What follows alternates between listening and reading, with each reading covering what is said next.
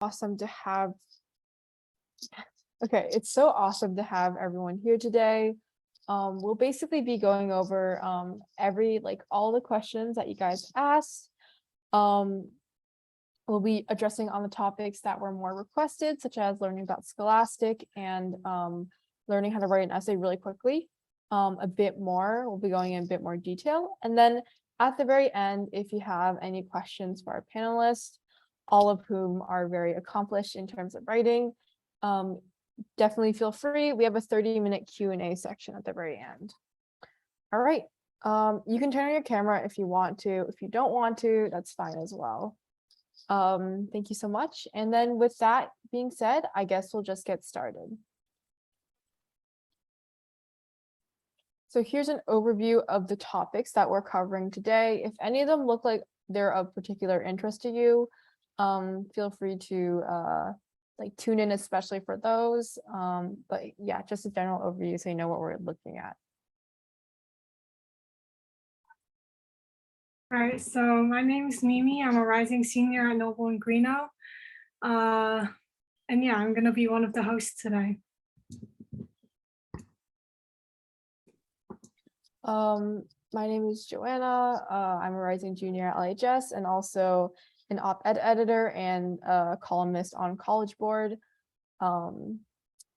I taught at DE Education, and some of my writing credentials are my AP Language and Lit scores, Scholastic Awards, and also Iowa Young Writers Studio, which is one of the best writing programs for teens who are interested in writing. So I'm really excited to be talking about it with you today.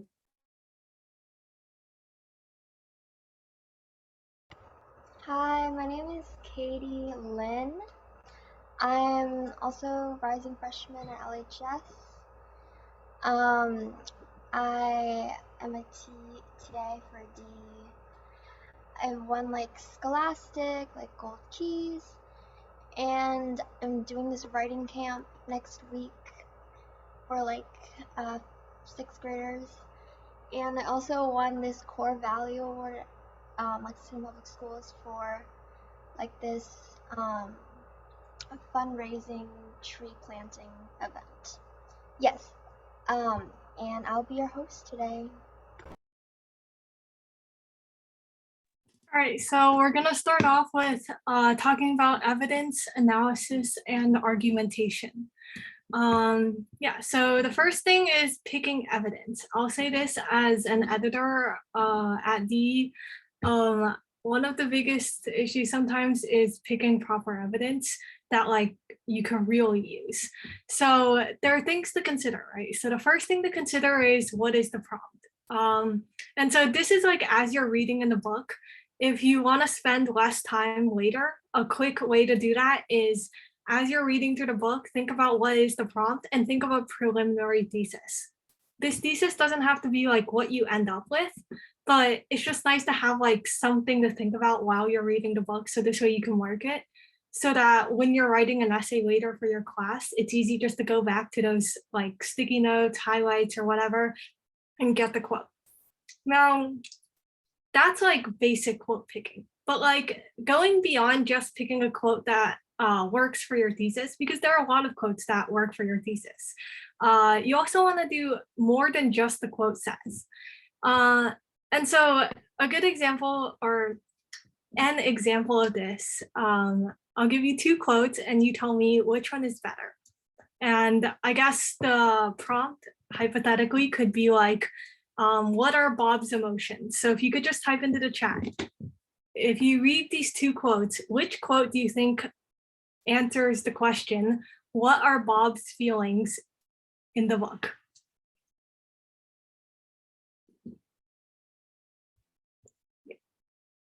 And I'll give a few seconds if anybody wants to answer.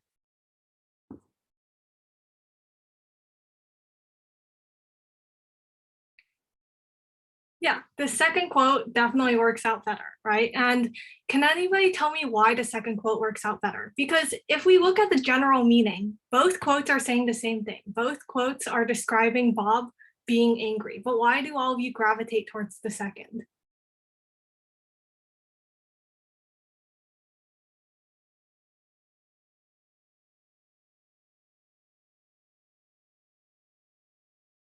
Yeah, that's perfect, right?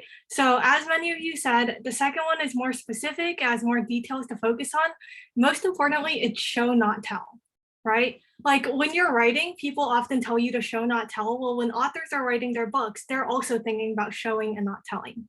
So if I'm writing an essay on Bob's feelings, I want to pick the second quote because there's a lot more that you can get in from it, right? Not only is Bob angry, like how can we tell that he's angry? How can we tell that he's frustrated? Well, because he doesn't even feel any pain, right? Because he's so frustrated, or like his emotions are clouding his judgment.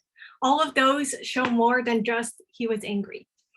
So that's a pretty good way to think about like what quote should you pick. You should be thinking of a quote that doesn't just say the message that you want. It says a little bit more than the message that you want, a little bit more that you can take and then analyze. And when you're looking for a quote, generally some good ones to find are things that hold general themes, especially if you're answering a question about a theme. Symbols, figurative language is always a good thing to find because often like an author's stylistic choices can show much more than just the general meaning. And the last thing that's like really important for picking evidence is like, is it all necessary? So a lot of essays that I've read recently have like block quotes. And so block quotes are like quotes that are like more than 3 lines long. And so you want to consider this, right? When you're reading an essay that somebody else has written, you're really looking for their opinions, not for what the author has written, right? You want to look at what they have developed from what the author has written. So it doesn't make sense for your essay to be mostly just evidence. So if you ever do use a block quote, which I'm not saying it's bad to use a block quote, you have to make sure that you use all of the quote. And that means like every single part of the sentence, every single part of the quote, like every line holds importance. Otherwise, don't use a block quote, just use part of it or use like a few lines. It'll work a lot better. It'll be easier to analyze. So processing evidence. You can also think of this as analysis. I'm just calling it processing evidence for fun here. And so when you're processing evidence, there are some things that you want to think about, right? So one, are there any specific words or phrases that really help prove your point or hold a deeper meaning? Any symbols, motifs, figurative language, etc. Like, are there any stylistic choices that are important to understanding a deeper meaning? This is stuff that you should all, like, you should at least be able to find an answer to one of these 3 questions or like a different question if you picked your evidence right. And the theme here is really looking past the surface level of whatever quote you have found, right? I think, yeah, that's very important. So this is where it gets a little bit more fun. So a lot of people have like pretty good analysis. They found a quote, they've analyzed it, cool. How do we make this even better? The next step is embedding quotes. It's a super cool, like fun, awesome technique, right? So you've got a quote from this great author, whatever great piece you're reading, like it's a great quote, right?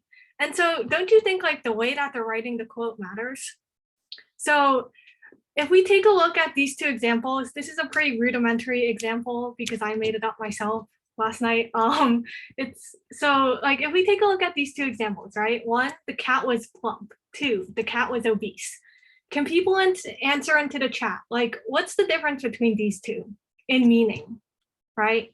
And like, how are you getting that difference?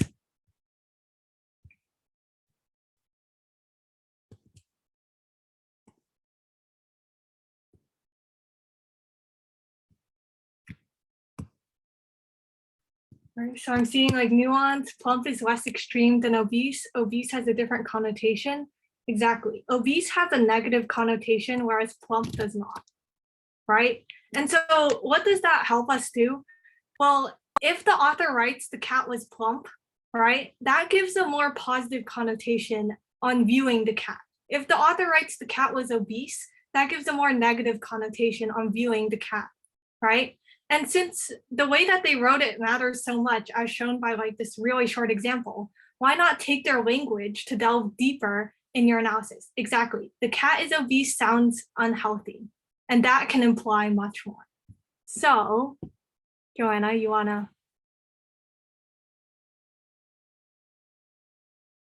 Yeah, of course. I have to type one thing in the chat. Give me a second. Yeah, this is basically just a more complex example of what Mimi was just talking about, right? So first of all, here's a quick question. How many block quotes are in this paragraph? Or how many really long quotes do you see in this paragraph, right? You can type that in the chat. None, right? Exactly. So this is an example of when you get to that really peak level of writing, you want to have the bulk of your writing be analysis, right? We see quotes appear in these references. The longest thing is like maybe a phrase, but notice how you don't need that big quote to make it effective. And more so, oftentimes when you embed quotes and you capture the essence of what's most powerful about a quotation, you can really get at the main point. But let's look at the actual paragraph. So in this paragraph, they're talking about the metaphor of birds and flight as a strategy to show how the Sheridans insulate themselves from the lower classes, right? So they make their point really clear. First of all, their evidence, it's not too long, it doesn't overstate itself. All you need is really those references to like flight and floating, such as like a butterfly, floating, skimming. And then they also do a really good job of introducing this interesting contrast, right? They're developing a complexity in their argument that isn't explicitly addressed here when they say insulate themselves from the lower classes. Let me use a different color like this. It isn't explicitly addressed here, but it will be part of the argument about birds and flight that adds their point. So let's read what they say there. But Laura is a fledgling. Her mother steps back and encourages her to flit around in her preparations for the party, but Laura's wings aren't quite experienced enough. She flung her arms over her head, took a deep breath, stretched, and let them fall. And then she then sighed so that even a workman smiled down at her. And then this demonstrates how, notice how the author of this paragraph doesn't simply give you this quote and say, this shows that Laura does not insulate herself from the lower class as the rest of her family is. They use this to like really bring it back to the main argument. So what they write is, from her vantage on the ground, Laura still has a foot in the lower class world. They are her neighbors. She has not yet separated herself from them. That's a lot stronger than this proves the argument, or even something like this shows Laura is slightly different from her family, right? They bring it back to the metaphor. So because she's on the ground, she is not in flight like the rest of her family. Yeah, awesome. Does anyone have any like questions about this passage? If not, then like, because this is just a really great example. It's from a book, How to Read Literature Like a Professor, which is actually one of our recommended texts later on in the slideshow. But how about, since like you guys get a chance to look at this right now, could everyone type in the chat like one thing that they see this excerpt doing really well that they could incorporate?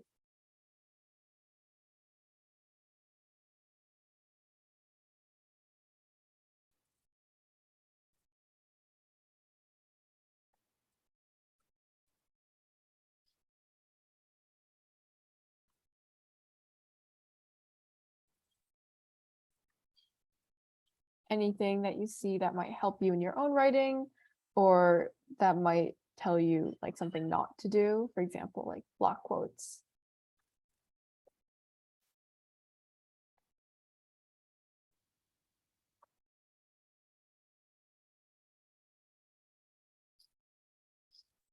Yeah, right. So I like the way they don't say like this shows. The delivery is really great. Yeah, this is written by a college student, so obviously it's got to be really good. Embedded quotations are a huge plus. Yeah, so this is really indicative of this like higher level writing. You guys don't necessarily have to be there right now, but just as a good example of how you can learn to write in the future. All right, so we're gonna move on to writing a 5-paragraph essay in 30 minutes, which was something that a lot of people were interested in. All right, so before we do that though, and this will make sense in a moment why I'm doing this, I'm gonna give a quick essay structure overview. Yeah, that a lot of you probably already know, but just in case. So there should be about 5+ parts to your essay. So you should start with the introduction, which optional hook, doesn't really matter if you have one or not. Context, which is 1 to 2 sentences max, but you want to have like a little bit of context, right? General good guide for context is explain only what you need for the reader to understand the rest of your essay. If it doesn't have anything to do with your thesis or anything to do with what you're going to talk about very clearly in the essay, don't do it, because you have context and evidence later in your body paragraphs. You don't need that much context. And then your thesis should always be at the end of the introduction, makes it easier to read. If somebody's interested in knowing what your essay is about, they know to go to the end of the intro, so don't change that. Anyways, okay, so then you have your typical body paragraphs, 1, 2, 3, plus how many you want. You have your topic sentence, context, evidence, analysis. A good point that Joanna slightly touched on earlier that I forgot to bring up. Generally, you want your evidence to be half as long as your analysis. Or in other words, your analysis twice as long as your evidence, right? Again, your essay should be about your opinion, not as much about what the author has written. I mean, it is about what the author has written, but it's about your opinion on what the author has written. So analysis should be about twice as large as evidence. That's another reason why not to use block quotes, because unless if you can really, really analyze a ton from a block quote, it's just not worth it. Yeah, so then you just rinse and repeat the topic, sentence, context, evidence, analysis, have like a transition sentence somewhere in there, you're good. Move on to the conclusion, restated thesis, and then like a general statement. And by a broader statement, I mean like, think about like your thesis. Okay, so you've just argued for like 1,000 words or less about like this idea that you've been thinking about. This is your thesis. Why does it matter, right? Like taking this into a broader context, why does your thesis, why does your essay matter in the context of the book, right? Like why has what you have proven like change something that like if it wasn't proven before, it would not have been clear. And this could be like about the book, it could be about another book, it could be like about the world, right? Like there's a lot to go there, but you should try to have something there. And then like a cool optional part adds you some points, isn't that hard to do, add a counter argument. It's basically like a special body paragraph, but instead you're bringing in somebody else's argument and then being like, you're wrong and I'm right. Yeah, it's pretty fun to do. I would add one if you have time. If you don't do it. So now that you know like the general essay structure, for writing fast essays, because yeah, writing fast essays is a pretty necessary skill in the future, probably. So writing analytical essays fast, right? So for the speed, unless if you're like a genius or something, or like you really love to write or something, your essay is not going to be that interesting, but it's gonna work and it's gonna be fast. So I would spend about like, if we're saying like you have half an hour to write, which usually you have more, but like let's say you have half an hour, I would spend like 5 minutes planning. And by planning, I mean come up with a thesis, come up with 3 topic sentences, and have an idea of evidence and analysis for each, right? Like if we take like a generalized test, like the AP literature exam, you have 40 minutes per essay. Like you'll probably spend like 10 minutes planning, 15 minutes planning, because planning is really helpful for what you're going to write next, right? So the main reason why you want to spend this time planning is because you want to make sure that your thesis works. You want to make sure that you can at least argue 3 points about your thesis so that you don't need to restart halfway through, right? And so then like you have about 25 minutes to go and follow the structure and a mental checklist, which I'll talk about in a moment, right? And so by that, I literally mean like follow this structure to, follow this structure to like a T, right? Like, yes, it will be boring. Yes, it may not like be super cool and interesting, right? But it will like really work, right? You'll have everything that you need in your essay for it to be like a legit solid essay, and you'll have it done fast because you have your thesis, your topic sentences, your generally your evidence and analysis all from your plan, and now you just need to write it, right? It really does help with writing fast. If any of what I just said doesn't make sense, ask in the chat. Oh yeah, we meant to say this in the beginning, but if you have any questions as we go, just type them into the chat. We'll either answer them as we go or we'll answer them at the end. So yeah. Yeah, really quickly, let me just interrupt, maybe, my bad. Yeah, and we were actually, this is totally not a cop-out, I promise. We were actually thinking of doing a 30-minute writing sample for you guys. It turned out to be like too long for us to put into the seminar. However, if you are interested in seeing one of us, like either me, Mimi, or Katie, write an essay in 30 to 40 minutes, or AKA, if you're interested in seeing us suffer, then feel free to drop it in the chat, and we might host a new seminar that just focuses on this topic and also doing a demo. So let us know if you're interested in like seeing how one can write essays really fast.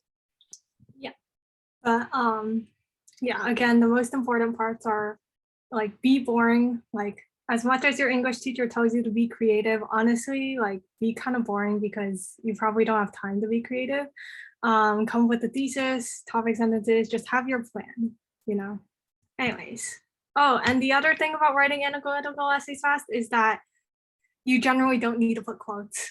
Like you have half an hour to write this essay, nobody's gonna expect you to come up with like 15 quotes. Like just paraphrase. If you have like a short quote, put it in. Otherwise, just paraphrase and it'll be fine. Yeah. Okay, seems like a lot of people are interested in this chat, so have fun, Joanna. I'm volunteering you. No. Aside from that, general essay writing tips. So this is where I'm going to talk about the mental checklist that I said I would talk about, because yeah. So cool. So yeah, how do I plan in 5 minutes? I don't. When you're under pressure, it's amazing what you can do. What I think about for planning in 5 minutes, like even if you spend all 5 minutes on your thesis needs to be there. Like if you can't get out like your evidence and your analysis, that's totally fine. Your thesis and your 3 topic sentences, like just practice doing that. You don't even need to find evidence. Don't write analysis. Just like practice making a thesis and 3 topic sentences a few times. And as long as you can do at least your thesis in 5 minutes, you'll be fine planning within like 10 minutes. You'll see, it's actually like, it's not that bad. But yeah, practice is important. Thanks, Evan. Yeah. Okay, so I'll go a little bit faster, but this is the general mental checklist. By mental checklist, I just mean like, these are some good questions to be asking yourself every single time you're writing an essay, every single time you're planning.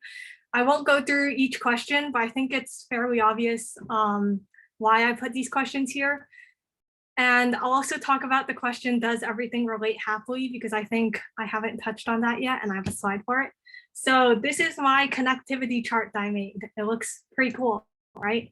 And it basically just means that everything in your essay should connect.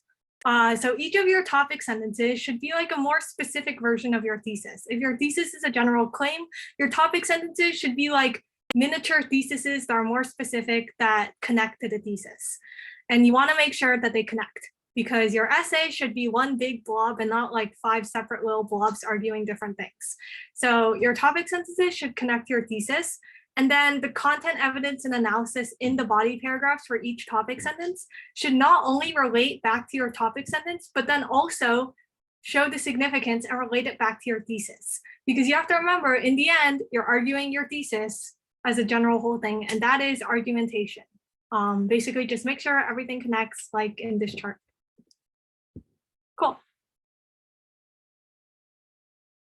All right, turning it over to Katie with reading fast and understanding more.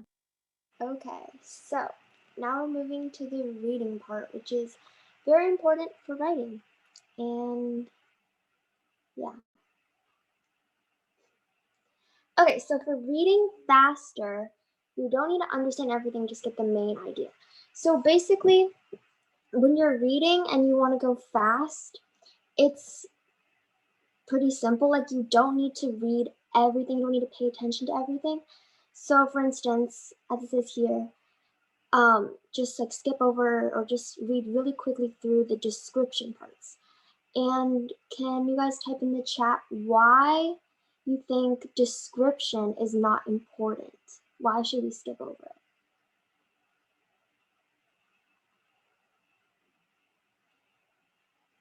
Just like, maybe you can like read what we wrote right here too.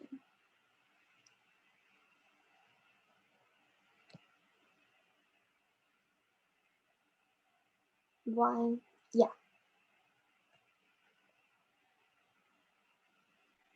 Okay. So, yeah, a lot of people are talking about the core understanding or the core of the story. Yeah, so basically, yeah, description's not important, dialogue's not important, and especially when you're reading, you don't need to understand every single sentence. You don't need to reread it, except if it's confusing, then you can slow down. Like if it starts to become like it's not making sense. Also super important, make sure to enjoy reading. This makes it go by a lot faster, so force yourself not to get distracted and think 2 things so you can enjoy it. Like just think when you're reading, think what do you like about it and what you are learning, and that makes it makes you really want to read more, right? Yeah, next slide.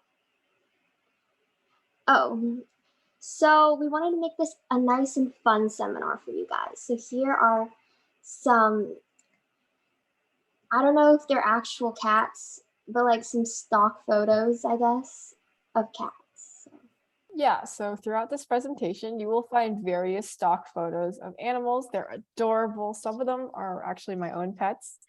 And if you guys want, as like a fun challenge, you can try to guess which sets, there's like 2 types of each animal. You can try to guess which ones are mine. So have fun with that. Yes. So, reading better. The second part, really important is to read a lot, read a variety of genres. So, yes, cats are too. Okay, read a variety of genres, and it's really important. Like there is no like shortcut to learn how to read except for reading more. And so make sure to keep your goal in mind. Like your goal, for instance, here would be to understand more what you're reading, right? But there are other tips too. When you're reading to write, make sure to keep your prompt in mind and write down the page numbers or quotes of things that you think are important to what you're going to put into your writing or your essay or whatever. So if it's essential to an argument or counter argument, actually these are dogs, so yeah. I love cats. Anyway, write in your notes. Also, look for patterns and contradictions. These are 2 very important things. Patterns are similar to motifs, so pay attention to symbols, motifs, stuff like that is really essential for you to understand like the deeper meaning of a story. You can also use like Spark Notes, anything like you can look it up too if you want some help with understanding, comprehension, and you can also look up comprehension questions. Those are very helpful for you to make sure that you understand everything.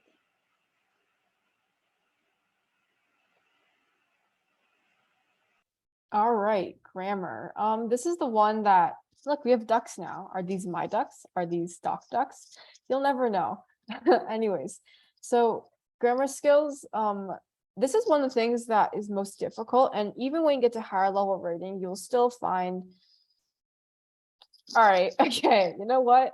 What if Livia was lying and maybe I don't have chickens and I have ducks, which is definitely true. Anyways, let's go over grammar skills. Grammar skills is one of those tricky things because when we're looking at grammar, it's like so hard to figure out like what's actually a grammar mistake, especially if we haven't like gone over grammar or like it's been a long time since 1st grade. But if you really want to get good at grammar and if you want to do anything that's related to writing or editing, like me and Mimi are both editors and we have to know a lot of grammar, then you should definitely refresh yourself on grammar. So we did some research and we found that the best book was The Best Grammar Workbook Ever. It's a good, I mean, the title is pretty appropriate. And then if you're just trying to use grammar, like generally find like grammar like rules or like trying to reference something, you can use Purdue OWL. Purdue OWL is also great for citations. And then there are a few topics that you should know about in grammar, especially in relation to essay writing. So number one is punctuation. You want to know the different types of punctuation, such as a period, a colon, a semicolon, dashes, and N dashes. And you want to know what they all mean, like what their rules are basically. And then you also want to know about run-on sentences and sentence fragments, just because that's one of the bigger issues that Mimi and I run across while editing. Something that's important for you to know is that parallel sentence structure and always having subject-verb agreement. So if you start a sentence by saying she walked, talked, and eating, that wouldn't make sense, right? You have like two of the words in past tense and then one of them just a gerund or like it's in a different form, right? So that's going to be really awkward. So you want to make sure your constructions are parallel. Writing conventions are really important, specifically to essay writing. So what that means is that you want to be writing in present tense unless it's referring to a flashback. You always want to be writing in third person. So you were never using I statements or me statements, we statements, us statements. We're never using you or your statements. And then another thing is order of a sentence. That's where we have like passive voice. Could some people type in the chat like what's passive? Oh, yeah, my statements would be something like my argument is, or I'm arguing that. So you don't want to use anything in first person. So all of this type of stuff is wrong, and you want to put a big fat X through it, especially when you're writing like an analytical paper. Instead, you would say, this is going to be about, or this essay discusses. Yeah, definitely. These slides will be shared after the webinar. They'll be shared on the Weebond Academy website at weebond.org tonight. So be sure to look out for that. I'll send a link in the chat afterwards. Anyways, let's keep going. So passive voice is basically where instead of like you like switch the order, right? So instead of saying active voice, or Shakespeare wrote the book starting with like the noun and the antecedent, you switch that around. The book was written by Shakespeare, and that can be unclear at times. And then finally, just working on clarity and conciseness. And then just really quickly, it's important to note that relative to other errors or issues that Mimi was talking about, like big issues, like your evidence, your analysis, the structure of your essay, this is more of a minor issue. But if you're like an awesome writer, you're like killing it in class and you want to just like up the ante a little bit more, polish that, this is a great thing to work on.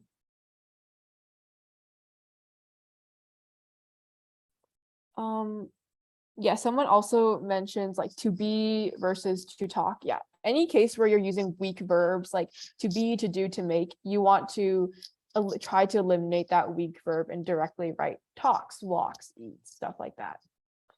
All right, vocabulary skills. I'm guessing you guys are in about the age range of the SSAT test. Does anyone want to share like in the chat, like, are you taking the SSAT and not the SAT? And if you're not, you're gonna have a great life. But basically, oh, so people have taken the SSAT or they're preparing for it. The SSAT is a test basically that really makes you want to cry in terms of vocab, and I'll tell you why. So if you want to get like a perfect score or so on upper level SSAT, you should have anywhere from 2,000 to 3,000 new words memorized. And that number is really, really humongous, right?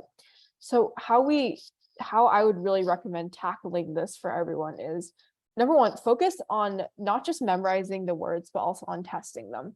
I remember when I was taking the SSAT and I got a full score on the vocab section, which I hate saying, but like I have to let you guys know why I'm here, right? I sat down and I went through like these like 60 or so like sets of mini practices with the synonym section and the analogy section. And what I was doing was I was learning and memorizing the words through testing, because testing really helps you prove that you understand a word and that you can apply it. Going along this like vein of thinking, you want to apply words you learn to the real world. It's gonna sound really stupid if you go like, oh, I have a Lilliputian pen or I have a small pen, right? But if you want to learn them, you want to use them in the real world, or you want to think about how they can be applied in the real world. If you want to do this, I recommend Verbal Advantage. It's harder than what the SSAT tests, but it does give you a lot of examples on how you can apply words in context. Studying consistently is a lot better than studying a lot and cramming.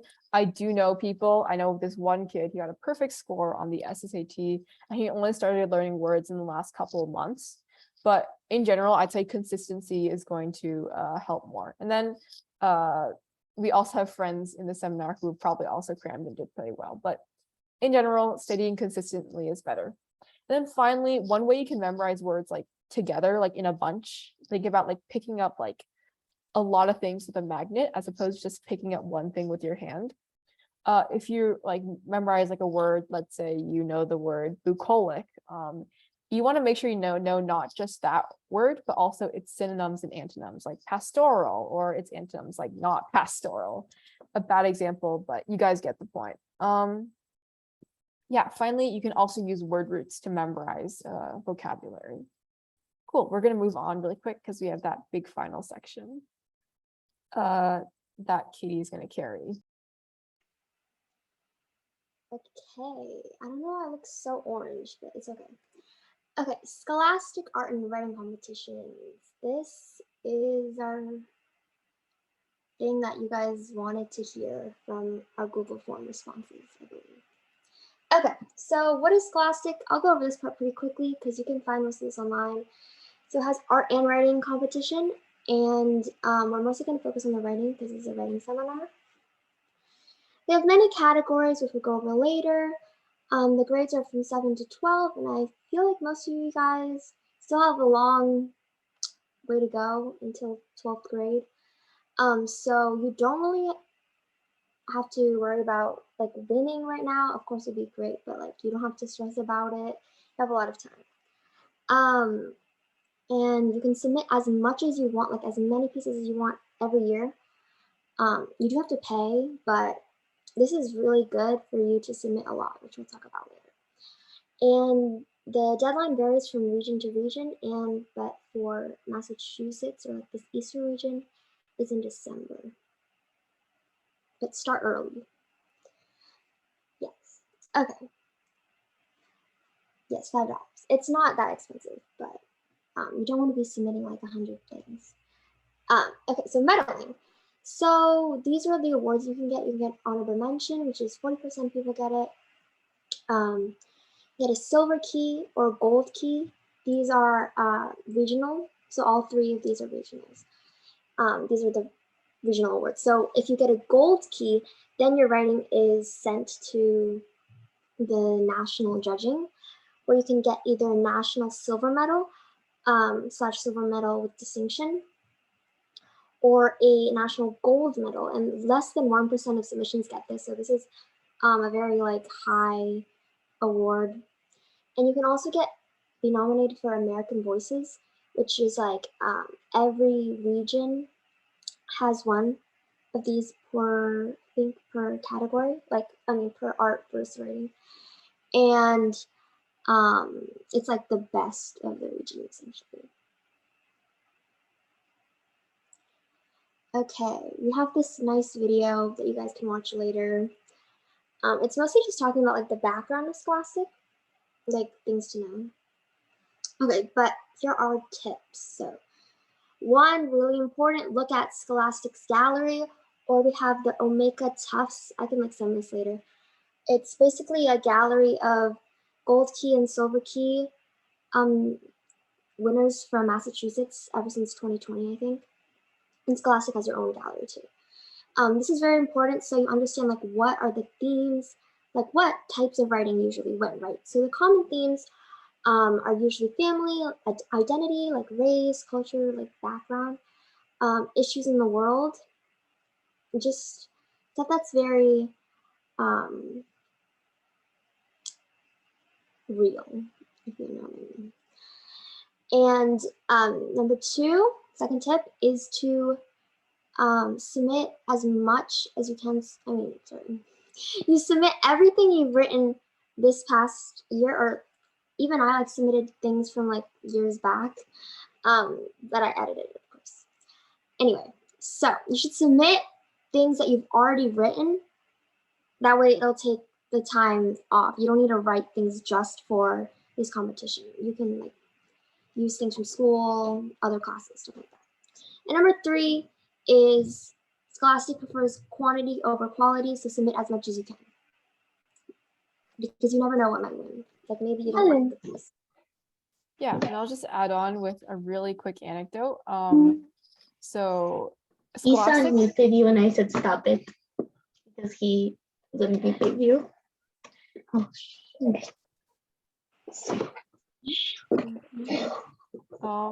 give me a second. Okay, anyways. Okay, so basically, sorry, I lost my train of thought, but Scholastic, like just to give you an anecdote to illustrate, the person in this video, actually what their story was is that they actually only got like gold keys, which are good, but they're also regional medals. And they really wanted like the national medal, right? So what they did is I believe they submitted over 80 pages of writing to Scholastic in the year that they ended up winning like 2 gold medals, a bunch of silver medals, and then like 15 or so honorable mentions. What I want to highlight is that Scholastic judging can seem super random because there are some pieces that we'll go through that I have like a lot of my like friends who do writing, they'll be like, I have no idea how that got through. Of course, there are a lot of good pieces, but what I'm trying to say is you don't know what they will want. So don't just like, oh, I'm only going to pick my best one. Submit everything if you have the money and if you can, just dump it all there.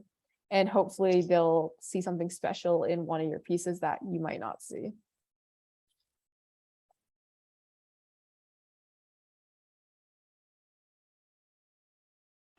Okay, this is just my experience. Then I'll go over this pretty quickly. I just like chose, so I submitted for a critical essay on flash fiction. So one of them is just like an essay, and one of them is like a short story, but it's like really short. It's like less than 1,000 words. And so these are like stories I'd already written, actually, like I feel like at least a year before. But I went to this class and they helped me like revise it, like added some unique literary elements into my story, and it definitely came a long way since 4th grade. Anyway, we're not gonna talk about that. So choosing a category, basically my flash fiction story is actually like a true story. So I was wondering if I should put it in the personal essay part, but I decided against it because it was a lot more focused on the story rather than like myself and like my experiences. And also it was too short to be a short story, so that's why I chose flash fiction.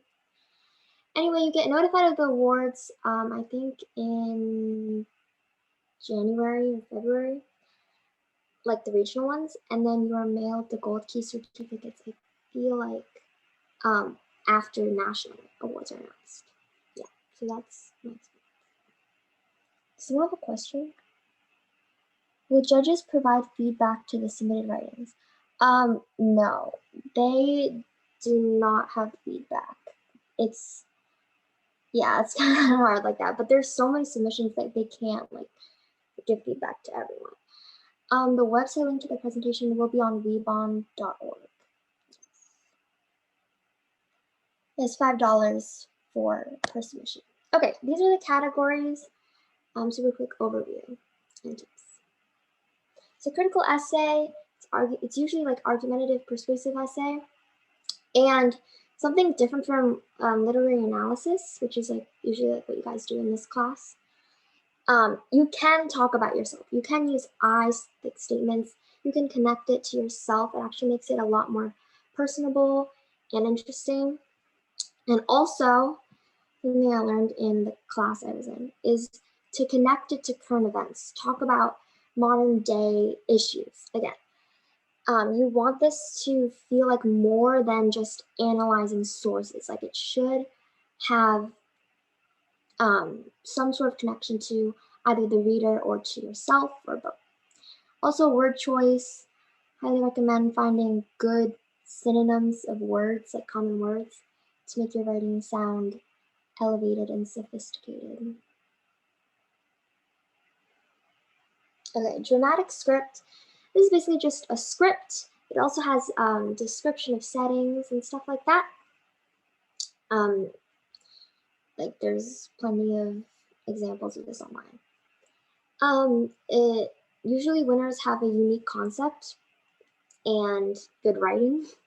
It's just pretty simple, but a lot of the times there are these cliches you see in movies and stuff like that, so you want to stray away from those. And some of the ones I saw had a moral to the script, to the story, which is really important. Yeah. Flash fiction. So this compared to short story. First of all, this is shorter than 1,000 words, so it's shorter than a short story. But also because it's super short, it needs to be very impactful, and a lot more of these fall under like the common themes that we discussed earlier. So like family, identity, stuff like that. It's a lot more serious and needs to be more impactful because it is so short and you can't really get that much plot in.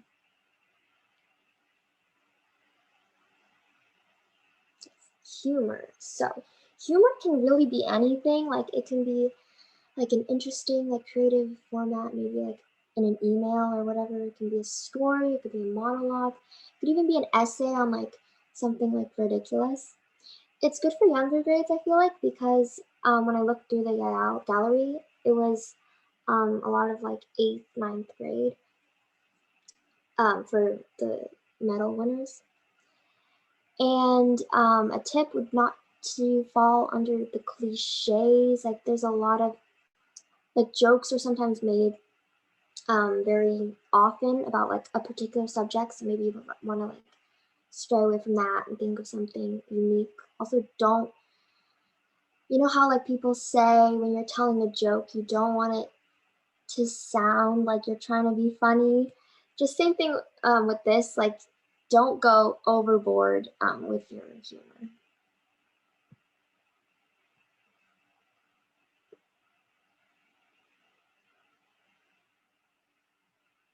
Yes, journalism. So this is pretty straightforward. Just by looking at journalism online or in newspapers or magazines, you can get a sense of what is good. It's basically the purpose, as Scholastic website says, this category is to educate others. You can do a lot of different types of journalism. So there's like hard news and soft news, which is like more serious versus less serious. And there's also like feature, which is like about a topic rather than an event that happened. And so it's different from critical essay because usually you get quotes from other people, and it's less about persuading and more about informing and getting to educate. Yes, next. Short story. So this one actually has a super like broad range. Like it's not as flash fiction. Like it's not, you don't have to be super serious. It doesn't have to fall under the common themes. It can just be like a good plot or whatever.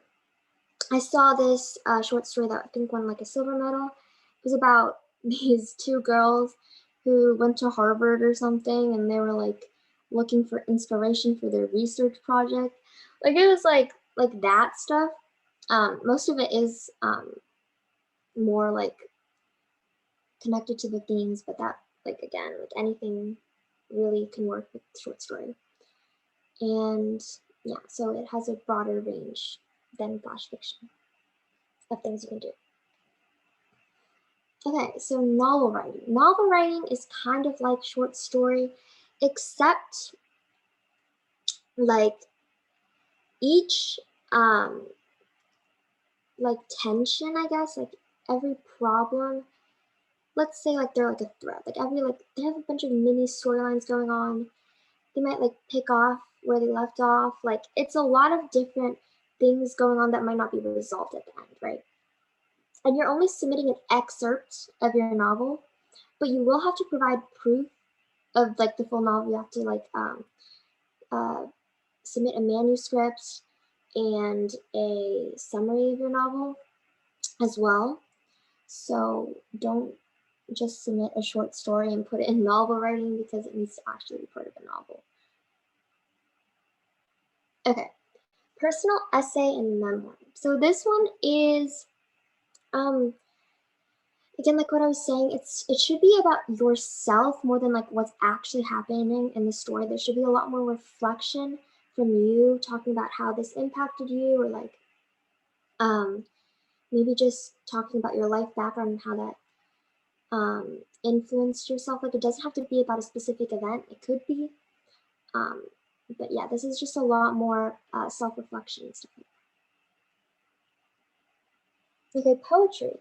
So poetry you can either submit a collection of poems or one poem. However, if you submit multiple poems that are like singular, you'll have to pay more. So sometimes people just submit them as a collection.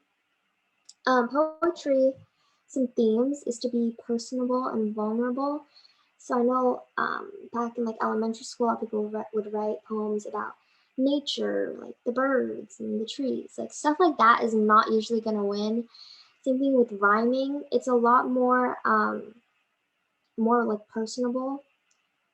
Can any of these be permanent? I don't think so. Yeah. Okay.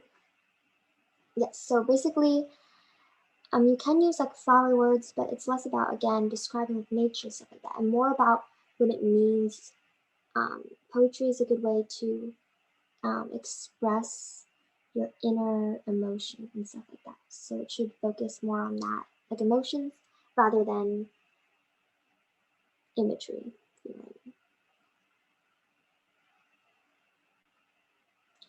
Okay, so science fiction fantasy. This one again is great for younger grades because it really usually follows like the classic story plot format. So there would be like, so what would win usually is good dialogue, a good plot, a good sci-fi world. Yeah, stuff like that. So it's just super like a simple normal story. It's not usually as like serious, so just have fun with it. Again, good for younger grades. Okay, so now we're done with the categories. Here are some other writing competitions you can consider.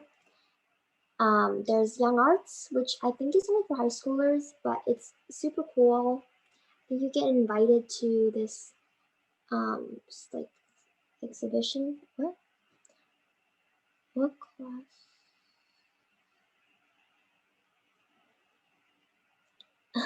Okay.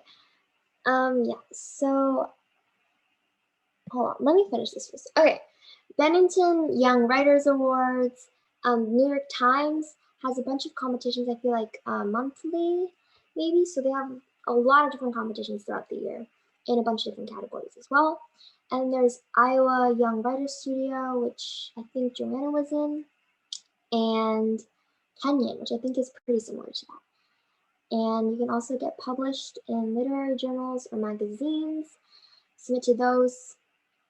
Here are a few. Yeah. Joanna, would you like to talk about your experience? Yeah, so I mean, I guess we'll talk about it a bit more in the next couple of slides. I was gonna put this on the slideshow later, but I deleted it. I wrote, have fun getting rejected. And that's not supposed to be mean, but just to emphasize the fact that rejection is an experience. And if you write, so I was like kind of mad about writing until junior year, like this year. And then this year I was like, oh, it's super cool. So I entered a bunch of writing competitions and got rejected by every single one. And we'll talk about it later, but basically it's such a beautiful experience, especially with competitions like Scholastic or like, no, not Scholastic, but with like Bennington and like NYT, where there's like 1,000 to 3,000 submissions and they only choose one. That's like a good experience. It's slightly different from Scholastic, where they like accept 40%. Another thing is that this is not to roast Scholastic, but it's a great competition. It's wonderful, provides a lot of opportunities, but it's not the most well respected by a lot of the like more like a lot of teen writers. It's like the kids bop of pop music in a sense. So if you're really interested in writing, I would definitely recommend branching on beyond Scholastic. You should try and get published in some literary journals.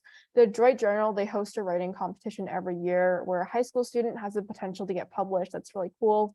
Sandpiper accepts submissions, I think, quarterly. And then Teen Ink is just like rolling submissions. So these are definitely things you should try if you're interested in writing.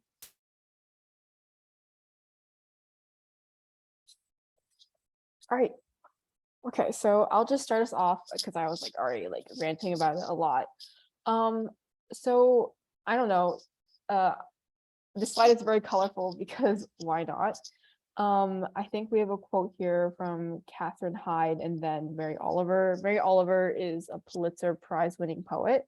If you're interested in submitting to Scholastic for poetry, I would definitely recommend checking her out because I think a lot of her poems are in blank verse or in free verse, which is what a lot of Scholastic likes, although they are about nature. So, you know, there's like it's like a double-edged sword there. You probably shouldn't write that much about nature unless you want to, of course. Here's how you enjoy writing. Sorry, we're kind of off track.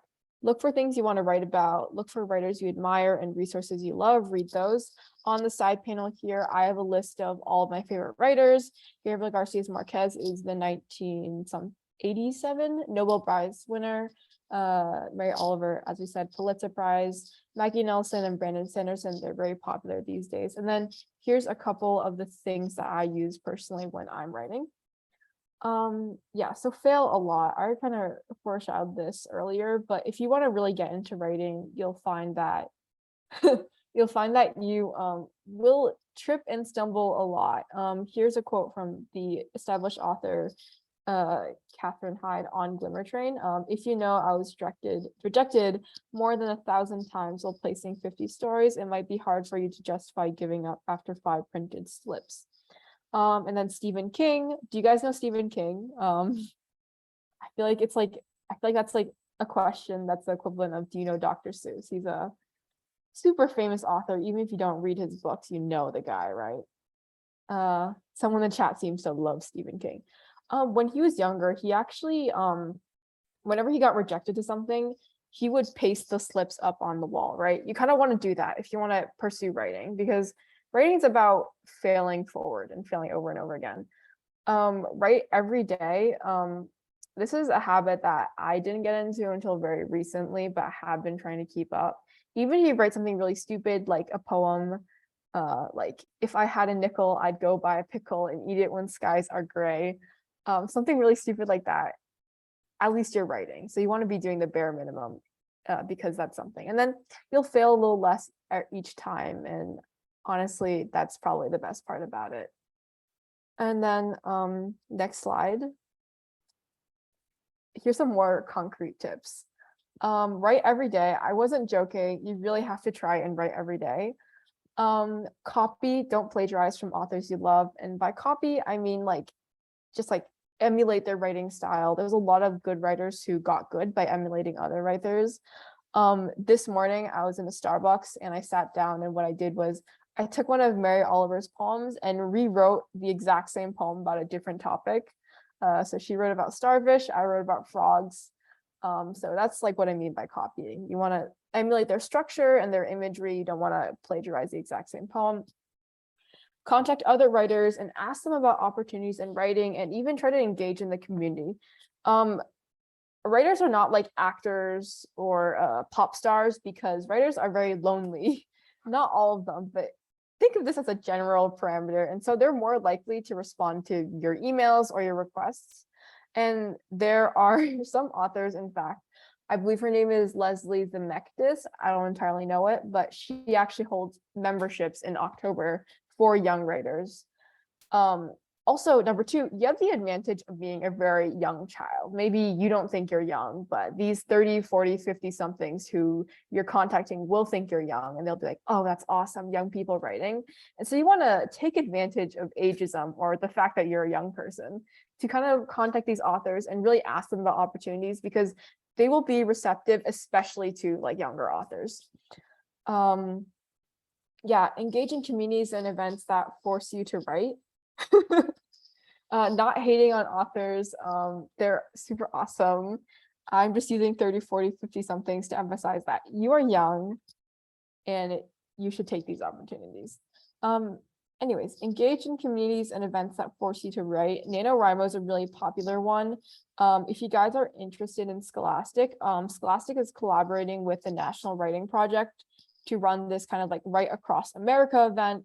It's already started, but it's like really cool. You should check it out. I'm a facilitator for breakout rooms, so it'd be cool to see you there. And then also, you can also find an accountability partner, like someone who will check in on you every day, passively aggressively ask you, did you write? And then you can be like, I did not write, or you can be like, I did write. Either way, you're keeping yourself accountable. Write about what you enjoy. Again, and finally, do not worry about perfection. Oftentimes things like turn out on themselves when you're like finishing it up and polishing it. And also, if you don't start, you'll never finish. And that's like the thing about perfection. Anyways, Katie and Mimi, I kind of like went over everything about like if you want to write more. This is mostly creative writing, but if you want like academic writing, contact like Weebond and we can talk about that as well. Katie, Mimi, do you guys have anything else to add? I'll say I did not like writing when I went into 9th grade, but I had some really cool teachers and some really cool friends who loved to write, and they slowly got me into it. Cannot say that I still like where I do love writing, but like I now write for fun, which is something that I could never imagine myself doing, because like I really hated writing, but now it's like it's kind of, yeah. Yeah, it's about the community, right? If you find yourself with like a bunch of writing people, even if you hate writing, you will find yourself writing sooner or later.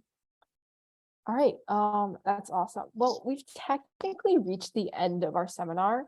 Does anyone, yeah, exactly, join the writing cult. Does anyone have any questions?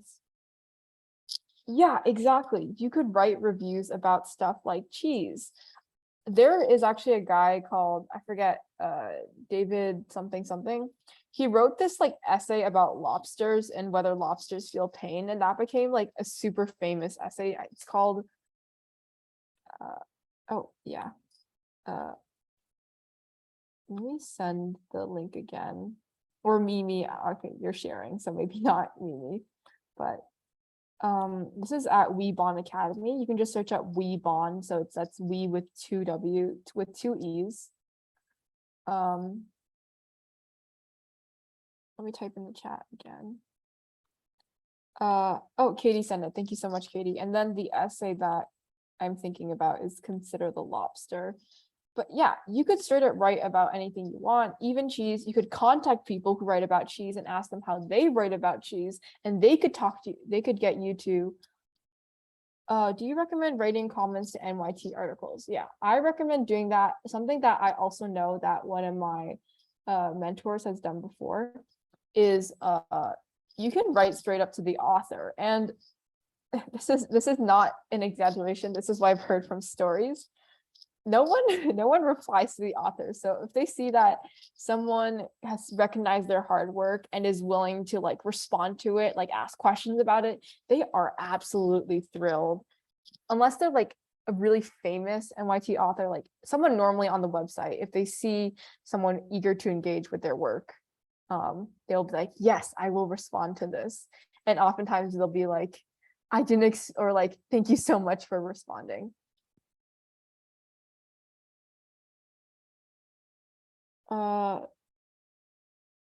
Someone asked, could you show the last slide? What's the average amount of time you spend writing every day? For me, it varies from like 0 minutes to yesterday. I spent a while writing because I had to finish up a chapter. Katie and Mimi, how about you guys? Or like weekly in general? I don't know. I don't know if I time myself. Yeah, I don't know. I don't write every day, which is like, I guess like maybe I should from your advice, but yeah. Okay, yeah. Well, our panelists do write. They do. They just don't keep track of it. I'm more of a interesting person, not the best way. Anyways, I don't see why that was necessary to share in the chat. But all right, what are books you recommend? How about every one of our panelists goes around and shares one of their favorite books?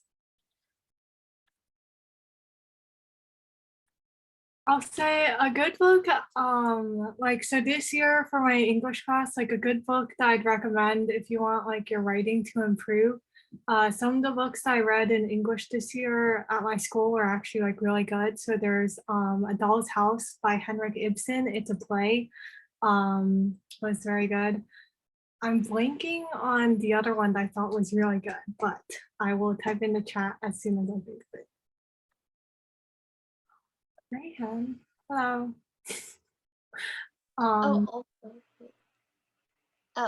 Also, yes. Hi. Okay, anyway. This is not a book, but like it's a short story thing for the Boston, like One City, One Story thing from like a few years ago. It's called like the Fairy Handbag. It's a very good short story and creative. It's like fairy, but like spelled with an E. Yeah, it's a good story. I recommend you read it. All right. Yeah, awesome recommend.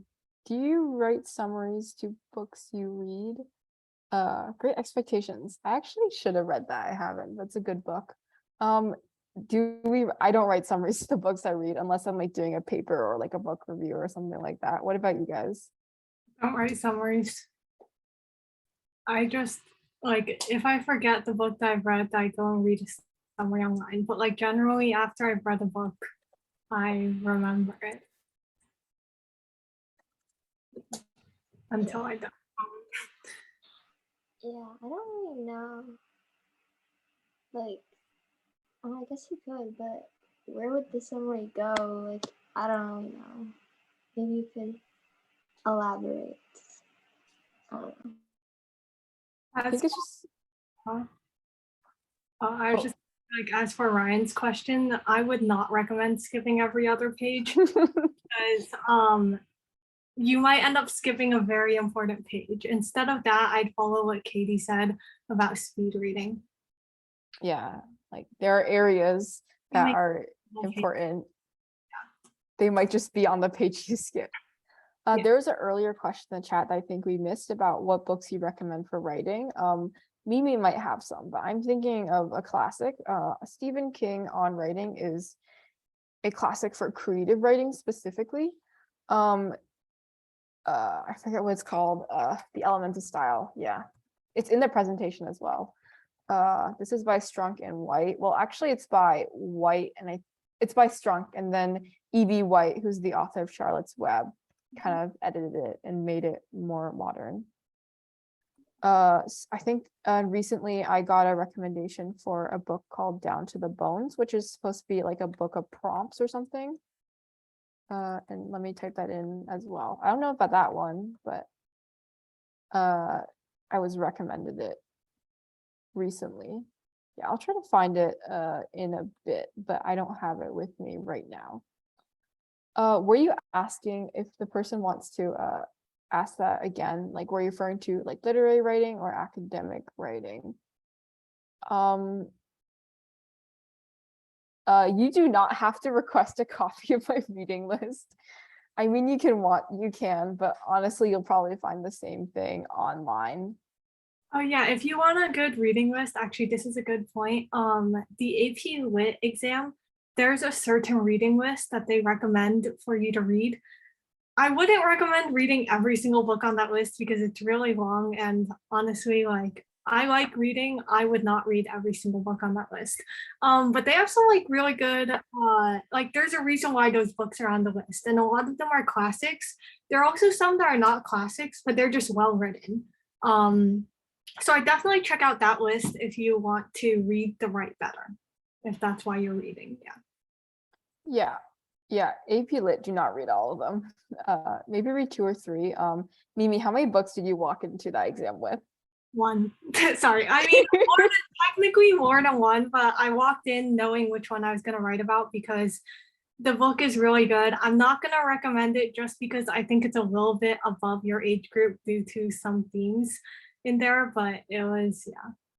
Wait, what book did you read? I'll tell you later. I already told you this, but I'll tell you later. Yeah. Okay. All right. It's censored from our younger audiences in this Zoom call. I read a book that you guys actually, okay. Anyways, I actually read a book that you guys can read, Frankenstein. Frankenstein it's like you read it in 10th grade, I think, but if you want to read it right now, there's not that many explicit themes other than murder, but you guys are familiar with murder. It's a phenomenon. Yeah, but sorry, that was off topic, but basically you want to walk in that exam, like Mimi and I are less prepared. So we walked in with one, we had a couple backups, but basically one. You want to walk in with like 2 or 3 that you know really well. There's a lot of questions just came in, so I will what kind of writing will we have in high school? Creative writing or analytical writing? Mimi, okay, yeah. I think I can answer this one because I'm a senior now, senior privileges. I'll say in school, the majority of the writing has been analytical because you read a book, you analyze. But the thing is, for college Common Apps, you're gonna need to do a creative writing. You don't want to talk about yourself analytically, if that's even possible. Yeah. You're definitely gonna need creative writing for common applications, and because of that, a lot of schools will end up doing creative writing assignments just to get you prepared for that. I know my school, our final exam this year was creative writing. So yeah, but a lot of the essays though are going to be analytical. So you definitely also need to do that. Aside from that, like other classes, not just English class, will also need analytical writing, like history is a big one for analytical writing, like a lot of labs that you need to write in science. Although science labs are different written, so don't listen to that one. Yeah. But yeah. From my experience, because Mimi goes to a bougie private school. No, I'm just kidding. But if you go to LPS or LHS, which a lot of you guys might, Lexington High School, what they usually have is there's also that experience. For me, I had 1 unit of creative writing and 1 unit of critical writing in both 9th and 10th grade. And then 10th grade and 9th grade history were also about analytical writing. When did you finish your first writing piece you ever wrote? I have no idea, but maybe like 3rd or 4th grade if I'm counting like when I actually wrote something.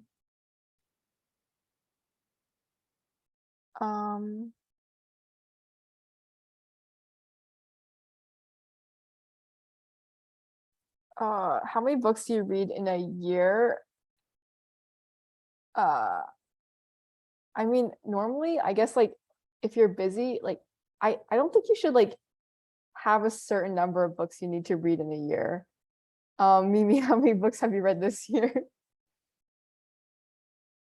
to be honest, I don't count. I will say there was this one time when I tried to keep track of the books that I was reading to make like a big recommendation list for later.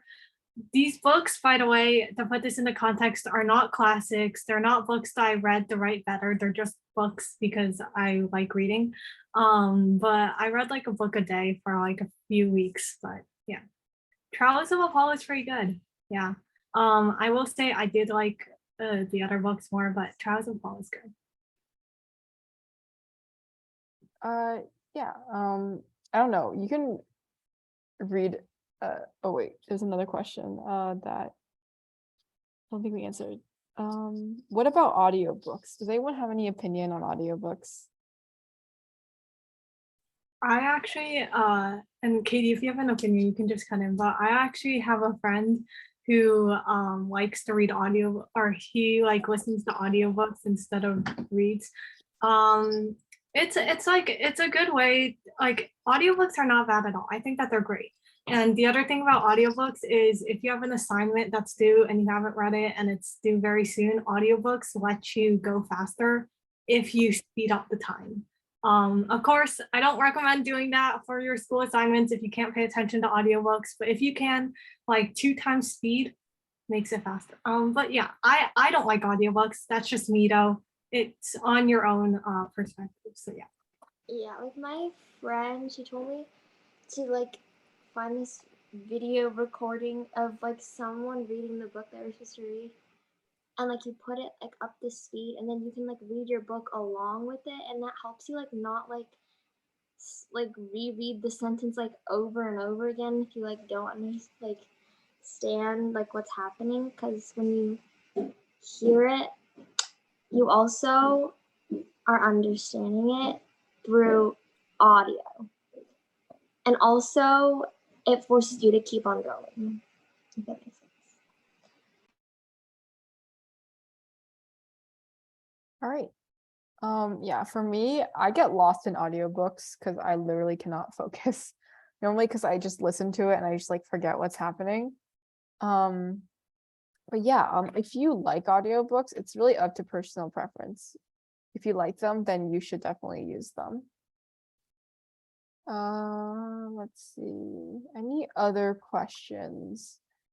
And you guys might also notice how we've stalled to the point where you can't make us write the 30-minute essay right now. But we'll probably be sending a Zoom link in the future, or sorry, not a Zoom link. I don't know what I'm saying. Link in the chat in the future about like what we might do, like what other events we might run. Because I mean, Mimi, do you want to skip to the ending slide in the credits? Yeah, sure. Okay. Someone already spoiled this, but this is these are my chickens. This one is named Coco, and the one on the other side is actually in the other room. If like enough people request it, I can go grab him. It would be kind of funny. Any resources on writing graphic novels? Dude, I love graphic novels. I would just say like it's, I mean, I can't write graphic novels because yeah, but I'll say like I'd assume that's like the same process, right? Like writing essays, you want to read essays. Writing creative writing, you want to read creative writing. Writing graphic novels, you want to read graphic novels. Draw inspiration from others, don't copy them. Yeah, like make your story unique, but like you can also like, there's no shame in like following another idea as long as you don't like plagiarize it or like copy it to a T, you know? Yeah, I think a lot of graphic novel writers have like resources on like their page or like events that they do too. Yeah, and it's really the age of graphic novels. If you want to,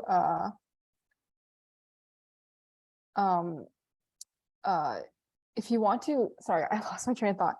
If you want to write graphic novels, there's like websites like Webtoon, Tapas. They have a lot of like online graphic novels. I'll go grab the chicken in like just a second. A lot of people want to see the chicken. Let's answer the one question that we have in the chat first, though, which is it's what is it? Oh, any other writing we'll have in high school? I guess you'll have persuasive writing. That's kind of like analytical essays. Yeah, personal narratives. Again, your common app, personal narratives. If you hate personal narratives, sucks. I hate them too, but you have to do them. They're a little bit different than like creative writing because like you can't like make up a fantastical lie about yourself because you don't want to lie. But yeah, is high school scary? Honestly, in my opinion, no, high school is so much more fun than middle school, in my opinion. Like when I look back on middle school, I think it was a pretty dark time, and high school is fun, but I'm sure that in college I'll think the same thing about high school. Yeah, I think high school is fun. I don't know about others. Yeah, someone asked, also you will have gap rights, which is group assignments, and those are horrible. But otherwise, yeah, high school can be stressful. I guess it's definitely more stressful than middle school, but you also make a lot of cool friends. Ditch the old ones. I mean, probably don't ditch them, but you know, you'll make new friends. And you'll meet new people, and there's also a lot of cool classes. The teachers are definitely, in my opinion, a lot cooler. So yeah. In high school, you get a lot more freedom. Yeah. I'll go grab the chicken based on popular demand. Maybe, and Katie, you guys got this. That one. So high school sounds a lot like a lot of homework and essay and prepping and contests. I'll say this, it's actually pretty interesting. So I took AP Euro, which is AP European History this year. And we had one essay that we had to do outside of class. Otherwise, every single essay we had was in class, meaning no need for prepping, no need for like homework that night. Like it is a lot of homework, but you learn how to like kind of deal with it, especially because, and like I'm not saying like don't do your homework, but like some homework can be speeded through more than others. I'll say like in 11th grade, so like last year, technically if I did all my homework, I probably have like 5 hours of homework, like an hour for each class, a little bit more per class.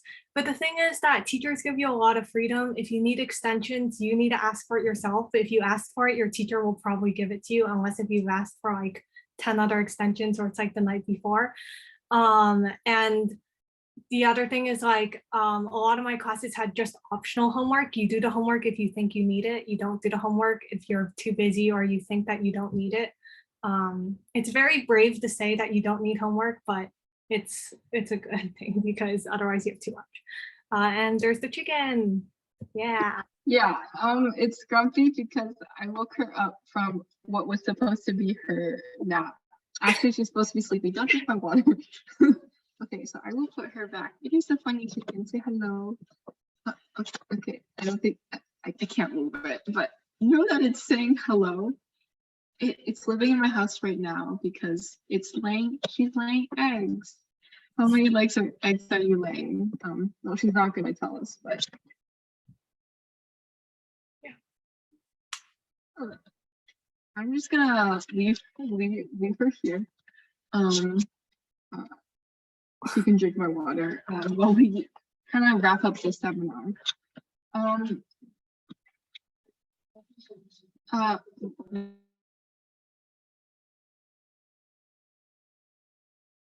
Any final questions or anything? I guess if no one has any other questions, we can kind of just wrap up. So basically, we will be pasting the slideshow and everything else from the seminar onto our website. We will also be sending a Google form of sorts, so you guys can fill out like whether you were interested in the seminar and whether you want to like kind of come to future seminars. So that's something that will be on the website hopefully by tonight. Dee's just the host, don't worry about it. And then you can also contact either Mimi, Katie, or me at our personal emails. We're similar to authors in the sense that we will reply and we will not leave you on red. We are not famous authors like J.K. Rowling or anything. And yeah, with that being said, Mimi and Katie, do you guys have any final remarks? Oh, and if not, you guys are free to go. Thank you so much for coming. Copying my comment. Okay, never mind.